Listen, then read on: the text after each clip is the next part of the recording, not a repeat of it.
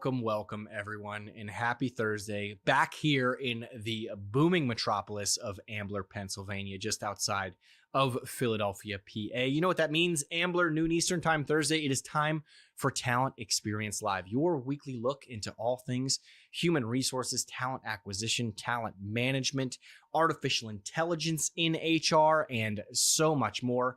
This program is proudly brought to you by the good folks here at Phenom, whose purpose is to help 1 billion find the right work. That is why we host this podcast every single Thursday, why we have another magnificent podcast with Cliff Yurkowicz, which airs monthly on Mondays. That one is referred to as Unusual Attitudes, while we host a slew of fantastic webinars, and while we have a little event coming up in March known as I Am Phenom. Just this past week, we announced our keynote speaker, Simon Sinek. So if you haven't gotten tickets yet, it is your opportunity to see Simon and the rest of the I Am Phenom gang, as I am calling them, live and in person. Of course, that is March 10th through the 12th. Can't wait for I Am Phenom. But we're not here to talk about I Am Phenom, other podcasts, or we kind of are talking about other webinars. We are talking about today, Deal or No Deal, the top 5 talent acquisition trends in 2026. This past week, I mentioned we're going to talk a little bit about a webinar. We had a fantastic webinar with Greg Vert, as well as, I got to go through my notes. I apologize. Ray Tavares. Thank you to the ghost from Truist. Ray Ray is from Truist. Greg Vert is from Deloitte. We had a great Talent Acquisition Trends webinar 2026. It is available on demand right now. And today I'm joined by the man behind the curtain, Mike DeMarco, to chat about the webinar. And we're going to put a fun little twist on it. Not that webinars aren't fun. People love them. But Mike, sometimes not everyone has the time to sit through an entire one. So we're going through the top 5, and we're playing a little game of Deal or No Deal. Sans, of course, Meghan Markle, and of course, Howie Manziel. Did you know Meghan Markle was one of the case girls in? I did. Yeah, now she's a princess. I mean, so talk about opportunity. I think our careers are on the same trajectory. I think so too. Yeah, I think so too. After this, straight to the moon, baby. Yes. All right. Anyway, we are going to go through it. And the premise behind this today is Deal or No Deal, what you have to cover or at least get the wheels moving on when it comes to talent acquisition trends this year, and maybe some pitfalls to avoid. That would be no deal. So I'm excited to jump into this, Mike. One thing, little housekeeping before we jump into it. Yeah. JD brought this up to me. Huge missed opportunity. John Deal didn't host this. Oh my gosh. Because then it would have been Deal or No Deal with John Deal. The Good Doctor is the inspiration for this episode. Yes. Good Doctor. The Good Doctor Deal. Right. And so I'm so stoked to break this webinar down because, you know, why does this matter for HR people, or why should you be actually paying attention to one webinar if you were to pick a webinar to choose? Well, you alluded to it at the top, which is you got some heavy hitters on there between Greg Vert. His whole focus at Deloitte right now is on applied AI. So he is neck deep every single day working with organizations who are trying to wrestle with the same challenges that you do, and is focusing on HR, right? And then you also got practitioners like Mr. Ray Tavares from Truist, and he's sharing his insights from the actual field and what's working and how you can go about strategically applying AI and automation, and what are the trends that you got to be looking out for, you know? Yeah. And I think the two are quite the tandem. Ray obviously is in the trenches dealing with this and continuing to produce his day job, right? Getting talent in the door. Mind you, Greg is able to kind of look at this from a bird's eye view and see what other organizations are doing and really take a tactical look at these sort of things. But I want to jump into the questions with you, Mike. Is that okay? Yeah. Number one, or trend one, I should say, as we play Deal or No Deal. Dun, dun, dun. Multi-agent systems. Obviously, this is something that we've talked about at length here, not only on TXL, but at Phenom in general. Oftentimes it sounds like science fiction, right? But I believe the webinar and what you're saying is it's happening right now. What is the real deal here? I'm going to say deal a lot. Can we have a ticker? I'm kidding. No tickers on today's TXL. What's happening? Are multi-agent systems happening right now, or is it truly maybe a little far into the future? Yeah, so it's definitely still early days with multi-agent orchestration, but that doesn't mean that it's not happening, right? Like, we have to keep things in context, right? The state of AI is developing so rapidly. Like, it was 2 years ago that Gen AI really dropped on the scene. Last year, the hype was all around agentic AI. And now people are starting to think through, like, hey, in my organization, in my business, my finance team members, they're talking about agents for their job function, right? And speaking specifically to HR, you're thinking about agents for your job function as well. And HR is just a hotbed for opportunity and great use cases to start applying AI and agentic AI specifically. But you got to make it work, and you got to get them to talk. And there's really two pieces of technology that is really starting to come into play, and two things that people are really starting to think about. And that's around model context protocol, right? Does your systems have the ability to talk between different models, to set the context and to set the standards for how the agents will work? Put that, and then also there's the other side of it, which is agent to agent integration. So you can think of model context protocol as, hey, these are, the operating manual for the agents. Agent to agent communication is how they interact with one another underneath that protocol. And so if you're still looking around, and I'm going to speak specifically about HR right now, in your larger business sense, you're going to need to have that integrated so that, say, your finance agents can then connect in with your HR agents, can then connect in with your customer support agents, and all of them are able to provide a seamless experience. But now when thinking about it within HR, right, our process is so complicated, and there's so many different steps and so many opportunities for different agents to help out. Think about starting from candidate attraction, right? Candidate concierge agent now, that agent is not only able to continue to nudge the candidate along to apply, but is able to help them with materials to stay engaged, schedule interviews, keep going with assessments, walking them through that as a personal concierge. Right? On the recruiter end of things, there's things like intake agents that we have that we're rolling out right now into the field. People are actually using. And that's an example of agent to agent communication that's working within the Phenom platform. And the reason why our agents all work together is because it's in one unified platform. And so we're able to provide that model context protocol within our applied AI platform, and we're able to get our agents integrated. So when you're using the intake agent, it's able then to update the requisition, align with the hiring manager, and then it can start talking to its sourcing agent buddy and start bringing in those candidates for you. So when you leave that conversation, not only do you have an updated job description, alignment with your team, but you have candidates that are already served right in front of you, and it keeps going down the line. So then now you got to schedule the interview. Now you got to, source and screen and interview and offer and onboard, all agentic applications, all use cases that are ripe for agentic application. And we have that all built into our platform, and it's able to already work from day one. So that's already something a little special about Phenom and what we're able to bring to the table. But I think for organizations, especially HR, you got to think about your whole process, right? And so I know there's also tons of vendors out there saying that they could sell you a voice agent, they could send you a talent intelligence agent. But if it's not connected into the ecosystem, you're going to run back to the same problems of needing that model context protocol for how they're all going to operate, and also integrations between those agents as well. What we're able to do, and what's so special about Phenom, is we're supporting that talent lifecycle, and our agents are already chatting. No, to me, it makes sense, almost like an Apple ecosystem, right? You have your iPhone, you have your MacBook, your iPad, whatever it may be. I use it for fitness on a regular basis, right? It tracks my sleep score. It tracks my Nike Run Club app. It tracks my cycling, my sleep.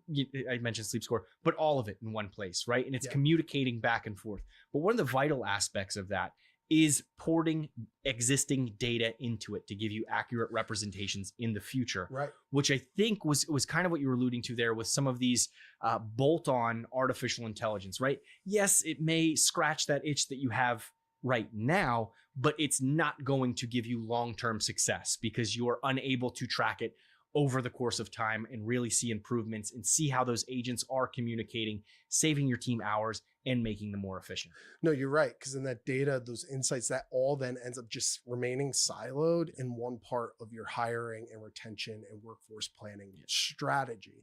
And so I would say like your first deal here is while things are still in infancy, start thinking about your process, start thinking about your data, and start getting it in line now and getting it together. And the big note deal right now is continuing to partner with siloed vendors and one by one pieces to ultimately build out this orchestration of agents that you need at the end of the day. So the deal is get going. The no deal is doing the same thing and just looking for partners that could just scratch those one-off itches. No, exactly. So deal or no deal. I liked how you put a nice little bow on it. The next thing that I want to ask you about is rethinking your tech stack as a whole. I think AI has been a part of the conversation for 5, 6, 7, 8 years, right? We've started to get a little bit more granular with types of AI. We have traditional AI, Gen AI, agentic AI. I liken it to going and saying, hey, I'd love to go get a coffee, right?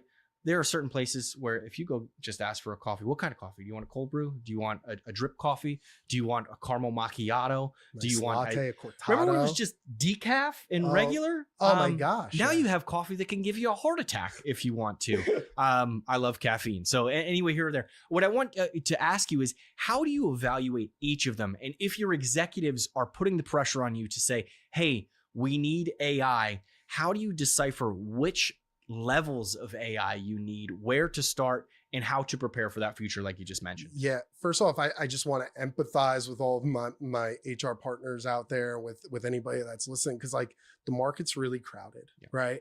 There's also Gen Pop use cases like Gemini and Claude and ChatGPT that could also do HR things, right? And so I would just say though, and it creates multiple vendors, multiple headaches. And so when thinking about how to start applying AI, I think it starts with knowledge. So like understanding the differences and then how you could start to apply them. And so I would say like, let's start by defining some things, right? So like traditional AI, that's your matching. That's like predicting your search before you finish it. Gen AI, that's all that beautiful content that gets created for you, all those awesome images and fun Pixar movies that you see pop up all over the place. Agentic is really taking it to the next level of combining that intelligence with the ability to execute and to act. Now, within each of these actions though, and Greg brought this up on the webinar, and it's been something that I've been chewing on for the last couple of days, which is the output is either going to be deterministic, which means it's one-to-one. This is like old school AI. So it's the same input equals the same output every single time. So you provide the intelligence and then you get that perfect result every time. Think about in a use case where you need to have consistency like payroll. Everybody needs to get paid. It needs to be consistent every single week, right? And then there's probabilistic AI, which is really, it understands those nuances and it learns and it adapts like humans do, right? And so it could give you answers based on humans, based on context. And so this is very, very leans into where we are with HR functionality, like things like interview intelligence that can then summarize the call, help you ask better next step questions along the way with you. It's predicting, it's filling in the gaps for you, right? Different problems need different AI. Even within one platform, you're going to need to get consistent results every single time. So there's going to be use cases where you're going to need a deterministic outcome. And there's going to be situations where you're going to need a probabilistic outcome, right? And where you're going to want to move more into the future. I think for organizations, one, starting to educate yourself on that, right? Like in this use case, do I want to be able to get the same results every time? Or is this a situation where I need the AI to really understand the nuances of the candidate's skills, their ability, their tenure, then to recommend them, and then to tailor the questions directly to them so that when the recruiter goes in and the hiring manager goes in to interview them, they're having a valuable conversation and not one that's very, very generic, right? And and that's what we're able to do here at Phenom too, right? Like our solutions are leaning more and more into the probabilistic side of things for us, right? But with applied AI, that means that you're really able to start matching the right approach to the right problem, because there's FAQs, right? Like if your employee comes in and is like, hey, what is our policy regarding time off, right? You need to have that deterministic answer back. But then you also want it to be a little probabilistic, to be like, hey, Devin, how much time are you looking to take off this year? I think I could get you 3 weeks off. You know what I mean? Like, does that AI exist? The 3 week off AI? I don't know, maybe. Okay. Add that to my tech stack. But yeah, no, you're right. It can add more context to some of these basic questions. And if you're asking about time off, is this with regards to paternity leave, right? Is this sick leave? There are exceptions. Here are our list of holidays, right? And you can get some more of those deep answers for just that one specific use case. Yeah. So I think for this one, I think the deal on this one is really understanding what problems you have and what are the results that you need. Do you need hyper specific, controlled, consistent responses every single time? Or do you need the system to be able to adapt and to nuance, right? And then I think really the no deal here is around treating all AI as the same. And also just treating the definition of AI as just one nuance, because really in your day-to-day life, you're looking for agents. You're looking for intelligence that both has deep insight, understands context, and can act as well for you. So I would say the big no deal here is treating everything the same. Yeah, no, I mean, that's we never want to treat anything the same, right? In human resources as a whole. So it makes sense that would be a no deal, but it's tough when you're going into these conversations looking for new technology to not try and compare apples to apples, right? Like that's human nature. It's I have X amount of budget. These are the things that I can buy. How can I compare and contrast them? But you really have to look at them separately and figure out what they are, whether it's use case versus enterprise provider strategy, which brings me to kind of my next question, which is governance, right? Every organization right now, at some point, there was a boardroom meeting or an executive meeting that said, we need to leverage AI, right? We need to find as much efficiency and productivity as we can with the technologies that exist. How do individuals and organizations separate the two, separate that use case and turn it into enterprise level, right? You mentioned the intake agents and scheduling agents and all sorts of stuff like that. Those are very specific use cases. How do you manage expectations and also avoid potential blockers of saying, look, this is the first step we need to take, but it's a part of a bigger master plan, a bigger puzzle. Yeah. And I think as well, like we're all on a journey here as well, as far as applying AI and automation. So just taking first steps and understanding what your first use case is fantastic. Yeah. But I think the old way of doing it would be to find the vendor and then just focus in on that use case, wait multiple weeks, and then hopefully you get a chatbot rolled out in like Q3. Yeah. But when you're partnering with like a vendor like Phenom, for instance, where we're able to provide large scale applied AI across the talent lifecycle, really you could take a different approach, which is to rely on the vendor to have a strong governance position and to be able to inform your organization to get legal risk compliance in early as well. Like that's a big one. Like don't wait to get these people involved. Bring them along for the ride and let them know, not blindside them. But really the new way is then trusting in on the vendor. And so like here at Phenom, like we have a very, very robust governance structure. We provide technical documentation and how we handle PII, how we monitor our models, and a full dedicated team that's specifically focused in on governance and ethics.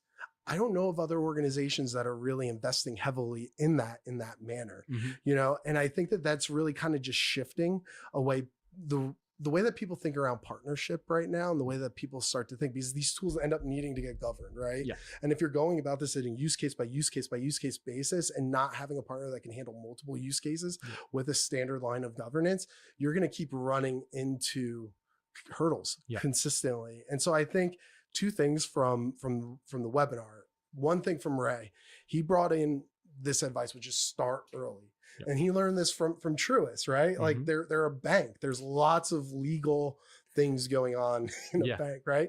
And so he brought legal, privacy, and risk in very, very early, right? Walked them through what they were trying to do, made them feel like they were a part of the journey, and they were able to build that relationship. And then Greg, he piled onto it in a very positive way, which was saying, and then you need to start getting use cases as well. Get your reps in. Start small. So it's not bad to start with one use case. It's just very, very time consuming and slow when you have to evaluate vendor after vendor after vendor of how they're going to govern and manage these tools. And so I think why does this matter for HR is really just around good governance versus bad governance, right? Good governance is the guardrails to keep you safe so that you can go ahead. Your recruiters can bang away on automated interview scheduling, can ask X plus questions and not have to worry, am I putting my organization at risk or is something bad going to happen? Yeah. Bad governance ends up just being bureaucratic. And I think that that's just a response towards lack of communication and folks not getting people involved, right? Early in. And so I kind of shared why Phenom's special in that around just how we take a real serious approach to governance because you have to manage and maintain these tools. And also we're putting the money and the effort and the manpower to actually have teams of people there who are monitoring this. And so our partners can trust us. And I think that we're going to start talking a little bit more around trust and trusting AI. That's a big part of this journey as well. So I would say if you're exploring solutions, if you're looking to bring in agents, if you haven't spoken to your legal team, your compliance partners, get on the horn with them straight away. Like, don't wait 6 months. Like that's the deal right now. Is start today, get the conversation going, keep things moving, right? And then the no deal would be going completely rogue. Being like, we're going to roll out a chatbot and not tell anybody. And they're going to love it because it's going to provide all these efficiency gains, which it will. But you just left your whole organization in the dark and didn't bring everybody along for the ride. Yeah, absolutely. I also, you mentioned get on the horn with your legal team. Reminds me of the banker in the show Deal or No Deal. It's like, which also banks, you're connecting a lot of dots here, Mike. I like it a lot.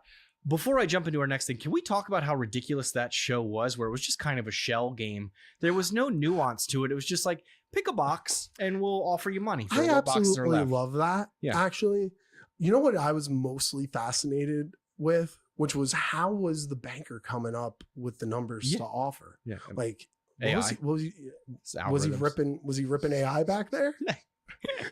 He had a calculator. Or was he just like, I like you.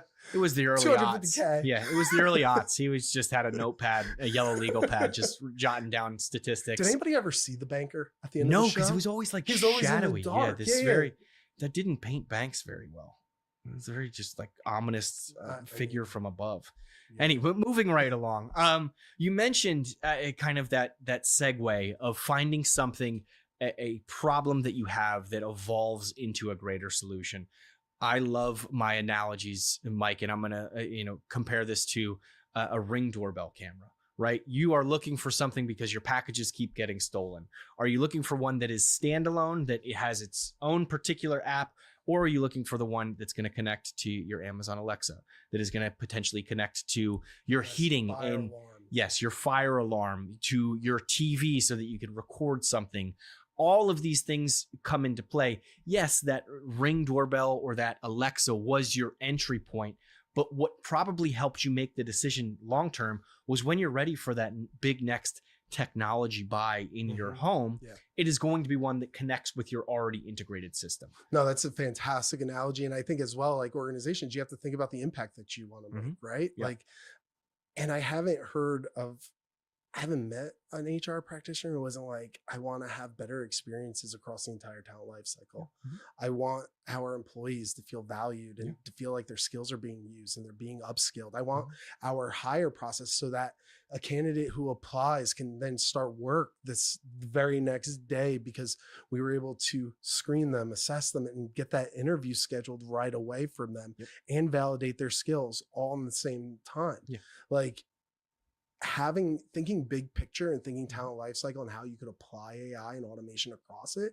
is essential these days. I saw a LinkedIn post literally today or yesterday that was a person applied on Monday, was interviewed on Tuesday, and hired on Wednesday. Now, they didn't mention the technology they use, but the fact that they felt the need to make a post about that isn't the expectation or standard across all organizations shows you that there is a desire to make the process seamless and speed it up, because slow is smooth and smooth is fast at the end of the day. And you said it best too. AI and automation allows you to get those experiences and to compress that qualification timeline and compress that time from hello all the way to hire as well. Mm-hmm. And yeah, man, I just think that is, sorry. Nice. No, hello to hire. I completely agree. Trend 4, proving if AI is worth it, right? We just mentioned, yes, hello to hire in 4 or 5 days makes you feel good on the inside, right? Increasing the number of phone calls or connections that a recruiter can make makes you feel good. How do you measure that? And I cut you off there. So no. I actually remember my thought. Oh, continue. Which is reaffirming what you also said, which is that's also what candidates are applying. So to backtrack it, you need applied AI to get those experiences and to do it. And candidates are expecting that now. Yeah. And so if you're flat-footed and not thinking about ways to provide that experience or what vendor could actually supply that full experience for you, you're missing the boat. Yeah. Chat, clip that. That's a joke from earlier. We were making that anyway. And that's a note for me to clip it. But back to it, you're 100% right. Value. I think that is always what people are looking for when it comes to purchasing new technology, right? We've created ROI calculators here for as long as I can remember. But what our practitioners really want are real metrics that they can rest their hat on at the end of review cycles and say, yes, we scheduled more interviews, but did that make an impact in hires? Yes, we hired more people, but do we have a longer tenure here? How can you move away from some of those generic benchmarks to more customized framework as your AI journey varies from the next person, right? We all want to compare and contrast to the Joes and Sallys next to us, but everyone's journey is different. How should teams be measuring these impact and make it unique to their own? Yeah, Greg on the webinar said it really, really well. He said, the better we frame the outcomes, the better results we're going to get. And so if you have your outcomes in mind, then you'll be able to really measure those outcomes and see those results really, really clearly. And you keyed in on it, right? The old way of doing things was around operational efficiency, time to hire, right? Speed, all of that good stuff. And really the shift is happening to outcome focused metrics, right? What did this produce for me? Yeah. Right. Not generic benchmarks anymore. And so I think there's like two things to think about, what are two buckets that new measurements can fall into? And I would say it's really around AI effectiveness. How effective is the tool actually operating? Right. Like a fraud detection agent. How many times has it flagged somebody doing something that needed to be dug into a little bit deeper? And then also on top of that is like, how often is the human overriding the AI as well? Because if it's not effective and if it's not good, and if the human needs to constantly be like, no, you're wrong. No, you missed this. No, change that. And also that's what makes our stuff so special, because it's built on one unified platform. Our ontology learns from your behavior. So as you adjust it, your AI gets smarter and better and is aligned to your industry context. I could keep going about that. But really, it's those two, like thinking about the outcomes of the agent. Is it actually providing you the value that you need? Is it flagging like in a fraud detection situation, is it actually flagging fraudulent behavior? Is it picking up on wrong IP addresses? Is it providing you with the ability to understand if somebody's using ChatGPT the whole time? Right. And then the other thing is around capacity, right? And I loved Ray's example of this because he provided CEO math for us, which is just thinking around like, well, what does this mean by way of actual dollars and cents, right? And so use this analogy of like, if you have 25,000 employees and they're saving 5 minutes a week on a specific task using AI, that kind of pounds out to 2K per employee per day. If you say that to your CEO, he'd be like, smokes. Yep. I'd like to put some of that back in the business's pocket, right? Yeah. And so really measuring capacity, measuring impact as well. And so I think why this matters for HR is really that, you know, there's going to be things that surprise you, right? So we rolled out the voice agent with Alara Caring, massive healthcare organization, decentralized hiring. They bring in like 17,000 new practitioners every single year into their organization. And they implemented the voice agent to help screen and get people through the process. Yep. So they got the speed, right? They got the operational metric covered. They're like, great. But they didn't stop there, because what they then found is that all those people who were voice screened, what they sensed from the organization was, wow, you're really interested in removing the barriers to get me in front of the right person to get me hired. You want me to be a part of your organization. Those employees that were hired after the voice screen, dude, they ended up working like 3 hours more each week. So it's kind of just shows you then they saw a boost in quality of hire. And that we were expecting that, but it was a little unexpected to them. And it was a pleasant surprise. And so I think as well, it's just really being able then to have the mechanisms in place to be able to track and use analytics across the entire talent touch point. So like all of our analytics are integrated from first touch all the way through into talent management. And so you're able to give your organization insights into what's working and what's not working. And so the deal here is you need to start customizing your reporting framework. Start thinking about the outcomes that you're looking for and measure what matters. Not just easy outcomes, right? Not just those operational things, but start thinking about what are the outcomes that you want. And then I would say that the no deal here is just only measuring like speed and ignoring quality, and not starting to take those steps to think through more of those outcome-based metrics. I'm going to use a sports analogy here. The antiquated way of looking at things, or the easy way of looking at things from a football perspective, is wins and losses, right? If you look at a team and they had 3 wins and 14 losses, that's a bad football team. What you have to look at is specifically, how was their defense? Were they penalized a lot, right? Get into those key metrics for success. Dude, are we going to start talking about the Eagles? We're not going to talk about the Eagles. We could just beat up on the Jets here. That's what this podcast is all about. I mean, okay, fair. You want to talk about the Eagles? Have at it. I mean, right? You look at it on paper and you see a dominant team, and then you see a team get knocked out in the first round of the playoffs. And you're like, wait, how could a team with this many wins and losses get knocked out in the first round? Like, how could that actually happen? But if you start going into the data, I've been hearing rumblings that everybody said they couldn't put together a complete game this whole season, right? That's what it's able to do for you. There's a mob of Eagles fans now. I know. I have to go back to South Philly, man. Ready for you. I live in South Philly. What did I do? But you're right. And I think there's also something there that paints how teams are unique. Right? What one team does very well and what one organization does very well, like Alcara Healthcare, may be vastly different than another organization. But at the end of the day, it's about that CEO math and finding how to maximize shareholder value, right? And make things better, but figuring out what works and what gets you those better hires that they were able to find. Those people that were willing to put in the extra effort in order for their organization to find success, right? To make their next day easier. That is the key metric. It is not just time to hire and wins and losses. Exactly. One thing I want to call out there that you mentioned was human override frequency. I think that this is huge because I know John Deal talked about it on the webinar. There is a difference between in the loop and on the loop, right? And we're talking about humans in the loop versus humans on the loop.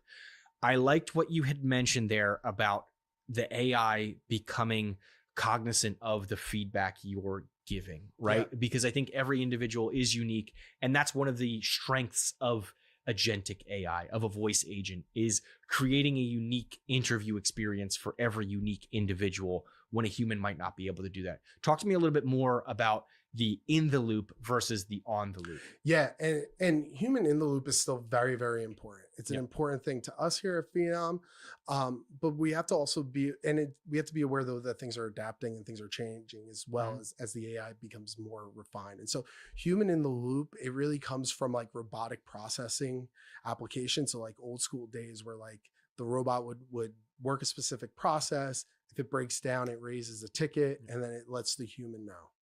Right now with human on the loop is that the AI is working and the human is kind of sitting on top of it and working alongside. This is really where we start to get that human machine collaboration, because the AI is executing 80 to 90% of the task, bringing you into the ballpark, right?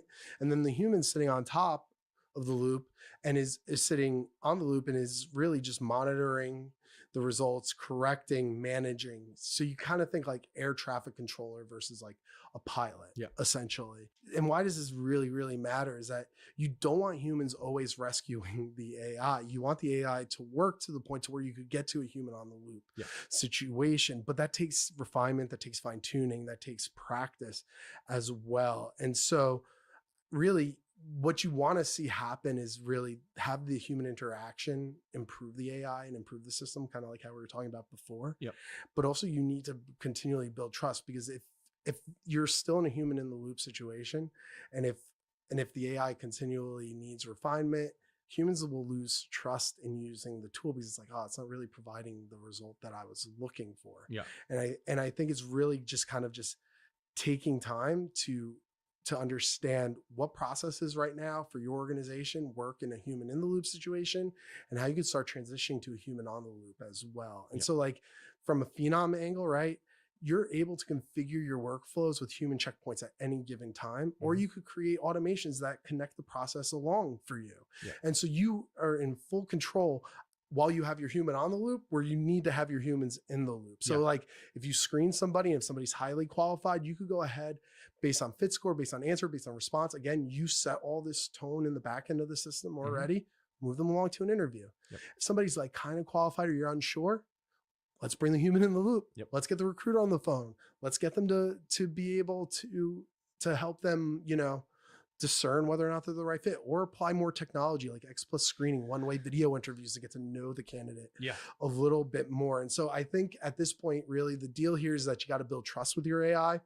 Don't jump right away, you know, start within the loop, right? Build that trust, refine the model, and then start transitioning to on the loop as well as your processes become more mature. And I think really the no deal here is forcing like on the loop of like, hey, we're just going to like trust the system, or just deal with like constant breakdowns within it, because then you're taking your human from being on the loop to in the loop to refine. Like it really does break down the system.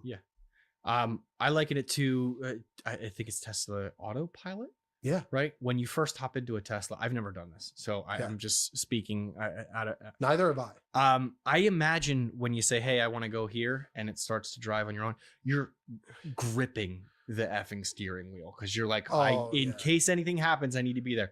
But you build up that trust, and you know the intricacies of whatever your neighborhood is and how to get home and what have you, where you start to say, all right, I'm gonna lean back a little bit more in this, right? I'm gonna let it coast. You're still there. You're still correcting if things you can jump in the loop anytime. Exactly. But that first ride, those first few rides, you're like, I want to make sure. Now, could you imagine if it rolled out and it wasn't ready, and the first time you jumped in it dinged, you know, like it bumped another car? You'd be like, I'm not doing this again. Mike, there's stories about that.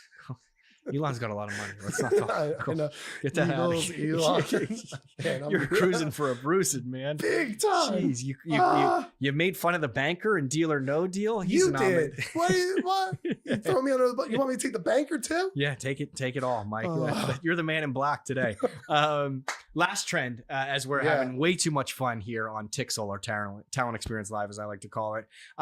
Organizational redesign. One thing that Ray called out about HR practitioners specifically was that they are holistically minded individuals within the company. And I think that makes sense. They touch every department, right? They are bringing in the talent. They are helping grow the talent. I mean, when somebody gets promoted, there's paperwork that has to go through. There are different systems. They need to get access to new systems and new technologies. when organizations are redesigning for human and machine collaboration, what needs to change? Because yes, the HR individual themselves are holistically minded, but right now they're not acting that way because the systems aren't holistic. Right. And I also just think it's a reframing for how organizations and how HR is really just thinking. Because you really need to have work intelligence, which is what are the tasks, what needs to get done on the day to day, like brass tacks, like what do we have to get done here to be successful? And then on the other side of it, you need to have talent intelligence as well. Who has the right skills? Do they have the right abilities? Do they have the right soft people skills? Are they the right fit for this role? If you're looking at those in two different silos or considering partners to help you organize that in two different ways, you're going to be met with incongruence again. And so really you need to really focus in on both. And I think that that was the point that Greg was really sharing from a Deloitte perspective after meeting with so many HR practitioners, is that workforce intelligence by itself, it gives you the ability to know what to change, but not who can do it. And then talent intelligence is it's the flip side. You know who could do things, but you don't necessarily know if it aligns with what they can do. You really need to have that combined approach here. And so really the deal here is that you got to get a baseline on what's working today, and you cannot treat work intelligence or the way that work gets done and the way that you guys are viewing talent intelligence as two different silos. They both need to come together. And so really the no deal here is treating it as two separate projects. Really, you need to start thinking about your organization as a whole and whether the investments that you're making in AI has the ability to draw those insights out for workforce intelligence and for talent intelligence. All right. So we've gone through quite a few deals and no deals. For individuals at home, what is the litmus test for understanding if they're making the right deals? If they're getting the call from the banker and it is for $250,000, that means that $1 million briefcase might still be out there. How do you understand if you're making those right choices based on the criteria that we kind of just went through? Right. First, are you being specific? Do you have a use case in mind? Or are you just saying, I need AI? Right. It's not that we need AI. We need AI to reduce fraudulent candidates, right? So that we can have a higher quality of hire for our high volume roles and to reduce the weight on our recruiters, right? It's not modernizing recruiting. It's we need to get nurses in faster to fill critical roles so we could give our patients the right care. So I think specificity really wins the day here. And then also matching the approach to the problem, making sure that the technology, again, going back to those new ROI, is it outcome based? Is it providing me with the outcomes that I'm knowing? So what's the deal? You got to know your baseline, right? You have to be able to articulate the problem. If you can't state it in the middle of the night, it's probably too immature at this point. But get it worked out is what I would say to you. And then if the no deals is just measuring success by how much AI you rolled out. We rolled out this many agents without really showing the impact. That's just a shopping list. It's not creating impact for your organization. Who knows if people are even using that many AI tools, right? Please look at our marketing team. How many different AI tools do we have? A lot. I can count on more than 10 hands. 10 hands? 10 hands. Dear Lord, you should see a doctor. No, I just leaned into it. I know. Mike, I want to ask you, if someone's listening, already thinking they're overwhelmed, thinking this deal or no deal concept is too much for me, I don't know where to start. What's the first step? What do you suggest? I think start small. I think that also, start playing around with tools, even the generic tools. Familiarize yourself with what is actually the art of the possible with AI. Get trained. If you're not using AI at this point, you're putting yourself at risk as far as how modern work is going to be done. So I would say take steps, start exploring, right? Really drive that learning culture. And then also start thinking like a CEO. Start using CEO math. Like when you have a new tool or when you want to implement, what is the actual downstream impact of that voice agent? What is that going to do by way of time savings? And what does that actually mean to the organization? How is that time going to be reused on high value tasks as well? Right. And so I think right now you got to just pick one trend, start somewhere, right? That would be your deal. The no deal is doing nothing and just letting analysis paralysis get you. All right. Small steps. Small steps always. What's the cost of getting one of those steps wrong? Well, dude, you're wasting money. You're widening the gap between your ability to actually implement and use AI. Yep. Your governance is going to end up becoming a blocker because you're not bringing people in, or you're not partnering with an organization that has very, very clear governance structures, and you're not preparing your organization for the long-term change that they're trying to make right now, which is to apply AI and to apply automation. Yeah. It's one of the benefits of starting small. If you take that wrong step initially, you can always backtrack, Exactly. right? You don't want to jump headfirst into an empty pool of AI agents. That sounds awful. Mike, this has been fun. Yeah. We always have fun on here. I always have a good time. I know you're working on a report. We're going to get you back here in the near future to chat about that report. It's top secret stuff, folks. We can't divulge it right now. I Am Phenom's coming up. Yep. March 10th through the 12th. Before I Am Phenom, you can watch the Talent Trends webinar. It's available now with Greg and Ray, the consultant and the banker. You can also stream Any Deal or No Deals, probably on YouTube if you want to. Check out old bald Howie Manziel. Peacock. Is it on Peacock? I mean, NBC. Yeah, it should be. Yeah. Along with The Office and The Paper. We're plugging a lot. We are. None of these companies pay us either, but our wallets are open. Mike, thank you so much. I appreciate it. That does it for another episode of Talent Experience Live. Thank you all so much for joining. Can't wait to see you next week because we do this every damn Thursday. But in the meantime, feel free, if you missed any of this, you can catch it on YouTube, Spotify, Facebook, or LinkedIn. The clips will also be available on TikTok, LinkedIn, and X, the Everything app. That's for our comment about Elon earlier. Hopefully that smoothed things over. Thank you all so much for joining. Have a safe, happy, and healthy weekend. And anybody but the Patriots. Thanks so much.